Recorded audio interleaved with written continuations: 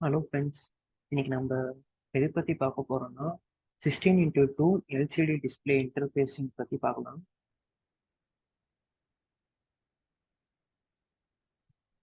First of all நான் என்னோட MP lab software use பண்ணிட்டு நான் என்னென்ன பண்ணியிருக்கேன்னா, ஃபர்ஸ்ட் ஆஃப் ஆல் நான் ஆஷ் இன்டூ நான் என்டர் ஃபைல் யூஸ் பண்ணிக்கிறேன். ஸோ பிக்கோட மைக்ரோ கண்ட்ரோல் என்டர் ஃபைலும் அதுக்கப்புறம் ஹைடெக் கம்பைலரோட என்டர் ஃபைலும் நான் ஃபஸ்ட்டு நான் இன்க்ளூட் பண்ணிட்டு அதை டிஃபைன் பண்ணுறேன்.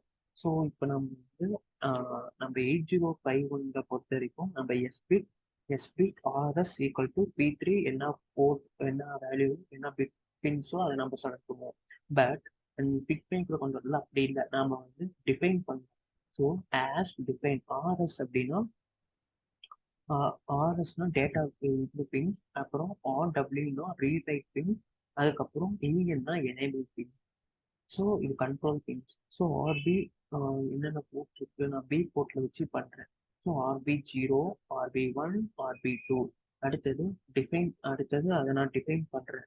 என்ன போர்ட்ல அந்த டேட்டா பின்ஸ்ல இருக்குன்னு சொல்லி டிஃபைன் பண்றது தான் இந்த ஒரு line define display port C. அதுக்கப்புறம் void LCD int as usual நம்ம 8051 பண்ண அதே கான்செப்ட் தான்.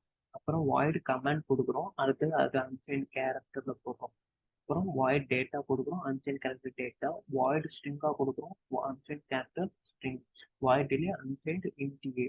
இப்போ மெயின் ஃபங்க்ஷன் கூட வந்துடும். இப்போ வந்து ட்ரை ஸ்டேட் ஃபர்ஸ்ட் ட்ரை ஸ்டேட்டோட பி ட்ரை ஸ்டேட் பி போர்ட்டை வந்து நான் ஃபர்ஸ்ட் 0 ஆக்கிட்டேன். அடுத்தது ட்ரை ஸ்டேட் சி போர்ட்டை வந்து நான் 0 ஆக்கிட்டு, அடுத்தது எல்சிடி நம்ம இன்புட் வேல்யூஸ் கொடுப்போம். எல்சிடி இன்புட் ஸ்ட்ரிங் நான் வந்து ஆல் சிஎம்டி 0xC5னா ஃபர்ஸ்ட் ஆஃப் ஆல் 0xC5னா ஃபர்ஸ்ட் வந்து டிஸ்பிளே வந்து ஆன் ஆகிறதுக்கு இந்த கமெண்ட் கொடுக்குறோம். அதுக்கப்புறம் அடுத்த ஸ்ட்ரிங் நம்ம என்ன வேணுமோ அந்த பேர் போட்டுக்கணும். நான் என்னோட பேர் போட்டுக்கிறேன். அதுக்கப்புறம் வைலூப் பண்ணிட்டு அதுக்கப்புறம் வாய்டு எல்சிடி இண்டீஜர்.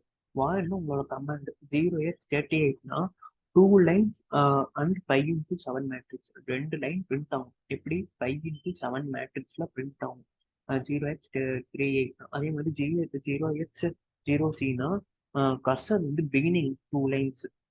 லைக் வந்து இந்த கர்சர் இருக்கு பாத்தீங்களா, இந்த கர்சர் இந்த கர்சர் வந்து பிகினிங் 2 லைன்ஸ்ல லைக் வந்து பிகின் ஆகும்னா நம்ம இந்த 0x0c கொடுக்குறோம். அடுத்தது 0x01 எதுக்கு கொடுக்குறோம்னா லைக் வந்து டிஸ்பிளேல கிளியர் பண்றதுக்கு. ஸோ எல்சிடி டிஸ்பிளே இருக்கிற அந்த லெட்டர்ஸ்லாம் கிளியர் பண்றதுக்கு இந்த 0x01 கொடுக்கும். அடுத்தது 0x06 எது கொடுக்குறோன்னா கர்சரை இன்க்ரிமெண்ட் பண்றதுக்கு. ஸோ வந்து கர்சர் இன்க்ரிமெண்ட்னா லைக் வந்து லெஃப்ட்ல இருந்து ரைட்டுக்கு போகணுமா, இல்லைன்னா உங்களுக்கு வந்து இப்படி போகணுமா. ஸோ ஒன்று இப்படி போகணும், இல்லைன்னா இப்படி போகணும். ஸோ இந்த இந்த இதுதான் 0x01. 0x80னா force cursor to begin on ஃபர்ஸ்ட்ல வந்து கொடுத்துருக்குன்னா இந்த 0x08. ஸோ கமாண்ட்ல கொடுத்தாச்சு. ஸோ அடுத்தது நம்ம வந்து வாய்டு கமாண்ட் யூஸ் பண்ணிட்டு நம்ம வந்து ஆஸ் யூஸ்வல் ஒரு அன்சைன் கேரக்டர் நம்ம யூஸ் பண்ணிட்டு எல்சிடி டிஸ்பிளேன்னா அன்சைன் கேரக்டர் கமாண்ட். ஸோ அடுத்தது ஆர்எஸ் பின் 0 ஆக்கணும், அடுத்தது RW 0 ஆக்கணும், அடுத்தது EN பின் 1 ஆக்கணும். ஏன்னா எப்பயுமே ஆர்எஸ் வந்து 0, RW அதாவது command mode data mode 2 type இருக்கு. ஸோ உங்களுக்கு கமாண்ட் மோடுன்னு பார்த்தீங்கன்னா உங்களுக்கு 0ன்னு வரும். அதே மாதிரி டேட்டா மோடுன்னு பார்த்தீங்கன்னா 1ன்னு வரும். Read mode 1, right mode 0. இவ்வளோதான் இந்த டிஃபரன்ஸ். ஸோ ஆர்எஸ் பின் நம்ம கொடுத்தாச்சு. ஆர்எஸ் பின் வந்து டேட்டா பின்ஸ் டேட்டா மோட். அடுத்தது அதுக்கு ஒரு டிலே கொடுத்துட்டு அடுத்தது அதை எனேபிள் பண்ணிக்கணும். எனேபிள் வந்து எப்பயுமே 0 ஸ்டேட்ல தான் இருக்கும். அடுத்தது வாய்ட் ஸ்ட்ரிங்ல நம்ம என்ன ஸ்ட்ரிங் இன்டீஜர் வேணுமோ அந்த இன்டீஜர் கொடுத்துருவோம். இன்டீஜர் கொடுத்துட்டு நான் இன்டீஜர் கேன்னு கொடுக்குறேன்.